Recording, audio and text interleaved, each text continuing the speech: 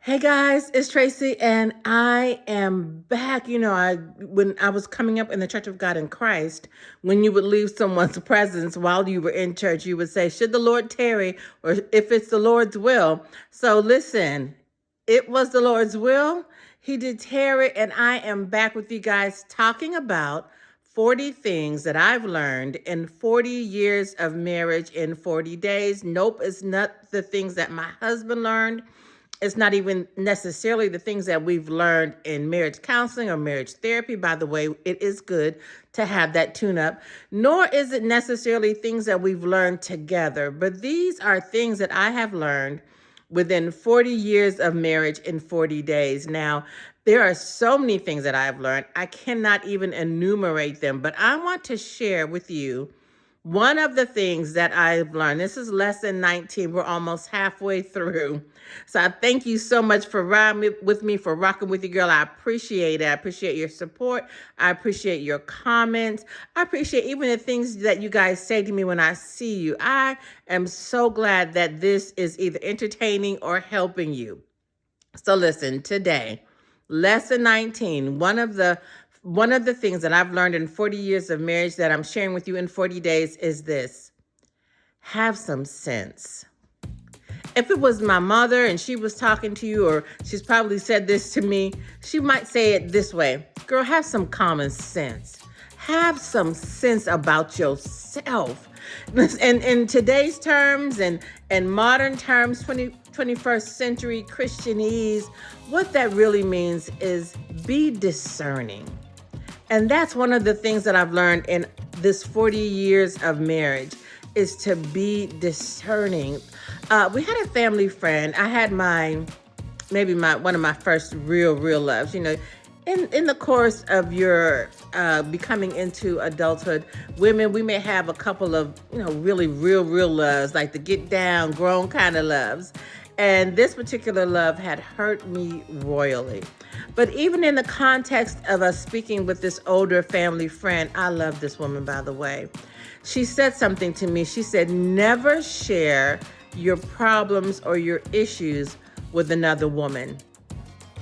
And you can tell that it was a little important to me. You can tell that it was a little impactful for me because I still remember it. But I don't necessarily agree with that. Now, that may have been her experience, but I have girlfriends who will stand 10 toes down with me. And then I know women that, I better not tell her nothing.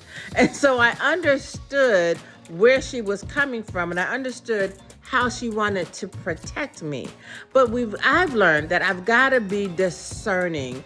I had something that had happened in my marriage, and of course, it disappointed me. And let's just be real, I've done things that have disappointed my husband. You can't not have that happen in 40 years of marriage and 40 plus years of being together. And so I was sharing it with my mother. Now, I know this is out there, the saying that says you don't really want to share everything with your mom, because when you and your husband, you and your wife have reconciled and things are good and we're back to being on that keen and peachy road, she gonna still be ticked off with him. She may not be able to get past it as easily as you do. But my mother was crazy about my husband from day one. She was a day oneer. And so if I would actually talk about something even that he did just in casual conversation that made me angry, for her, he could do no wrong. He could do no wrong. But this particular time, I was sharing something with her that had upset me. And she, again, took his side. Oh, baby, you don't understand. But she also comforted me. She also was telling me what it was and what it was. And every now and then, when you're in a marriage, even in any kind of relationship, you need an outside, objective, good opinion that can tell you, baby, that's not what that was. Baby, she didn't mean that. No, honey, don't take it that way. That is not how they meant to say that. That is not the intent behind their words. And so, she helped me through that. And she held no ill feelings against my husband at all. But you have to be discerning with whom you share things. Now, I know women that I wouldn't share anything with.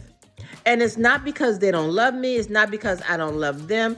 They may be a friend and a friend indeed, but there might be things that they would say to me in their love for me that might not be profitable, that might even be incendiary. So here's another thing that I've learned. Not only one thing, I have to be discerning with whom I choose to share particular things about my marriage with. Second thing, I have to be discerning in who I allow to give me counsel and advice. There's someone that I know they're amazing. However, if they've not been able to sustain a long-term relationship for a long period of time, or have entered into several small relationships, they may not be the person that I might want to ask for counsel. Again, we have to be discerning. If there's a pastor, a male pastor who's never been married and he's in his 60s, I might not want to get marriage counseling from him. I don't care how many degrees he has in family life counseling. That may not be me. And so we have to be discerning. Now, just because this male pastor is single and has never been married and has 5 master's degrees in family life doesn't mean that I can't get information from him because he's single. Again, I have learned that I have to be discerning. I have learned that I have to do what works for me. I'm minding my own marriage business, right? So I need to know, and if I'll be honest, truthful, transparent, just because I think that this person is the right person to either share my concerns with or to receive counsel from, they may not be. So it's always good. The older you get, the more you walk this Christian walk, you understand how you need to go to God and God say, who is the person for us? Who do we need counseling from? No, I'm not going to get counseling from Pastor Shirley because she can't stand him. She hates men. And so that may not work. But God, what do you say? Because I might not know. Pastor Shirley may have been healed from this, 20 years ago. And I can't hold her to her unhealed self. Y'all, that should be another lesson.